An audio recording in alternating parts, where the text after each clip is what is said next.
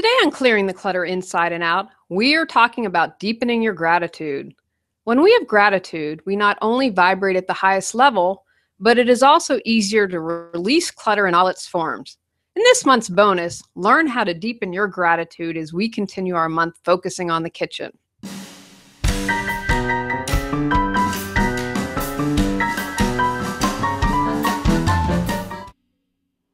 Are you overwhelmed by clutter, looking to organize your life? Do you feel stuck and are ready for a change? Every Tuesday at 1 p.m., join award-winning professional organizer and coach Julie Coraccio on Clearing the Clutter Inside and Out as she supports you in navigating the waters of decluttering your life and getting organized. Julie thinks outside the box and examines clutter in all areas: physical, mental, emotional, spiritual, energetic, and more. Ready to live a more joyful and fulfilling life? I've wanted to do this podcast for a while. Some people might think that it's a bit odd that I put it with the kitchen this month. But how often do we have gratitude for the food we eat? True gratitude. Not just saying a blessing before a meal where we mumble through the words and then dig in to eat. I believe we can always deepen our gratitude. This podcast was inspired by the death of my Uncle Carlisle. My uncle died unexpectedly on Christmas Eve. He had a freak accident and surgery that went well. I'd literally been looking at care packages to send to him the night before when I got the news he had passed.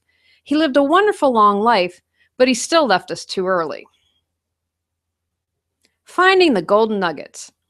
I was very grateful that I got a flight out because I didn't think I would be able to. In case you are wondering, the airlines don't give special rates if you are flying back for a funeral. Right after I was on the plane and seated, I was one of the last to board. The plane started to fill with smoke and we all had to get off. We had 2 blind passengers with guide dogs and numerous people who needed wheelchair assistance. This was a small plane because it was a regional flight, but it took a long time to board. The drive from the airport to my hometown is 50 minutes. I was worried I would miss the viewing. It was not a mechanical malfunction, but someone's laptop had caught on fire. For your information, in that situation, both the police and fire department come to check out everything.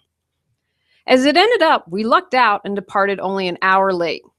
They just happened to have a plane that they could use. However, I was really stressed until we found out. I don't like to fly and was traveling without my husband. I was fortunate to have a fellow passenger say to me, "Wow, we are lucky this happened before we had gotten into the air." I thought about this and she was right.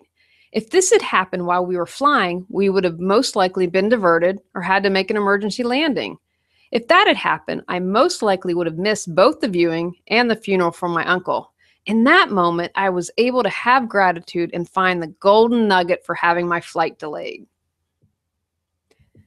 Can you find the golden nuggets of gratitude when things might be a struggle? This isn't easy, but I promise you, the more you do this, the easier it becomes.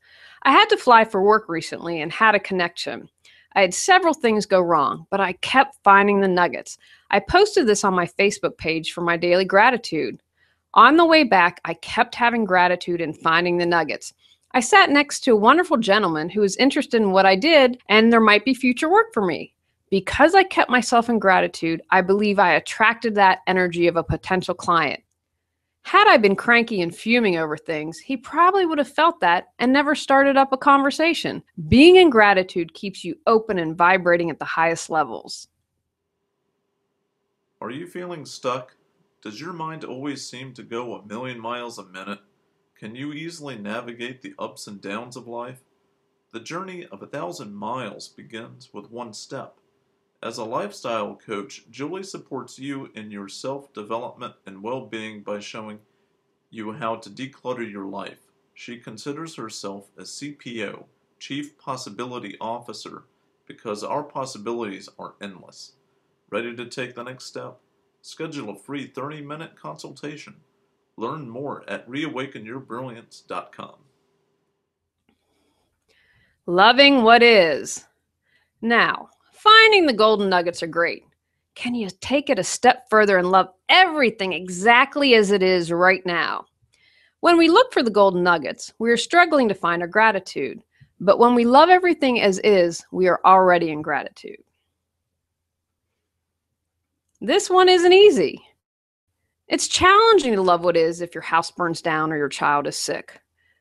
A better word if you're struggling might be to accept what is and work toward loving it. I was really sick recently and spent 10 days in bed. I could more easily accept it before loving it.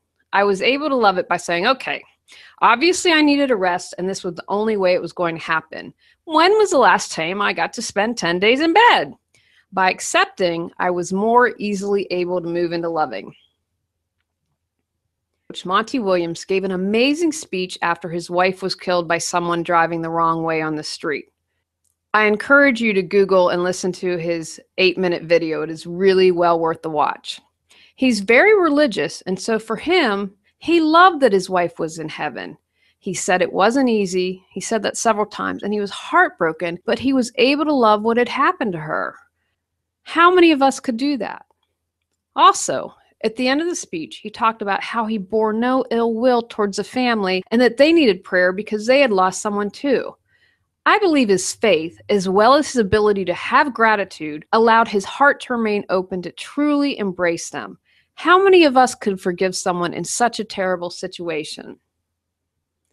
And I'd also encourage you to be open to all sorts of messages you hear, whether it's from someone of a different faith, religion. I believe there are always truths to us, and if we are meant to hear a message, we will get it. But be open to hearing messages that might come from unexpected places.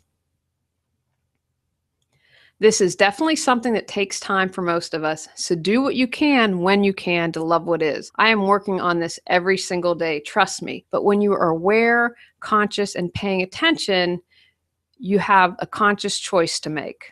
What are you going to choose today? Loving being alive. Can you have gratitude for simply being alive? In every moment of your day, someone will transition to the next journey. Can you be grateful that you are living? This is something that's very easy to forget.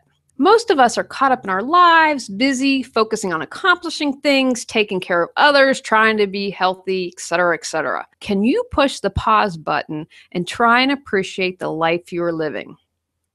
I'll be honest, I don't feel I'm quite there yet with having gratitude for being alive. I am doing a public daily gratitude on my personal Facebook account for 2016, and with every passing day, I believe my gratitude deepens. If I had almost lost my life, maybe this would be easier for me. But I accept where I am, and because I'm committed to it, I keep having more gratitude, feeling more love, and opening my heart more. And again, I want this to be genuine gratitude. I don't want to do something on rote. I want to be able to say, thank you. I have such gratitude for being alive in 2016. I know I'll get there because I keep doing the work. If you are like me and this is more of a challenge, can you have gratitude for all the basics we probably take for granted? Everyone listening most likely has enough food to eat, clean drinking water, good health care, and a home. What other basics can you find gratitude for? If you are new to gratitude or not ready for these steps, check out my earlier February bonus episode, Having Gratitude to Release Clutter, released February 7th, 2015, for more of a beginner's guide to gratitude. Remember, anything is better than nothing. The more you practice gratitude, the easier it becomes, changing your perspective and not only allowing you to release more clutter, but attract what you desire. Takeaways from today's podcast. Look for the golden nuggets of gratitude when in a challenging situation. What can you be grateful for? Practice loving what situation you are in. If that is too challenging, try and accept whatever life has given you. See if you can be grateful for simply being alive or have gratitude for the basics of life, a home, enough food to eat, and clean drinking water. Go out, clear the clutter to create the life you choose, deserve, and desire. Ready to clear clutter and share your gifts with the world?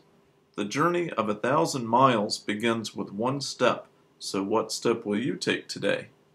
Sign up for our newsletter and receive a free copy of our 10 Steps to Clearing Clutter. Julie Coraccio provides coaching, professional organizing and speaking, organizing classes, positive affirmations, and her unique How to Declutter Your Life course. Learn more at reawakenyourbrilliance.com. Subscribe to Clearing the Clutter Inside and Out and join us next Tuesday at 1 p.m.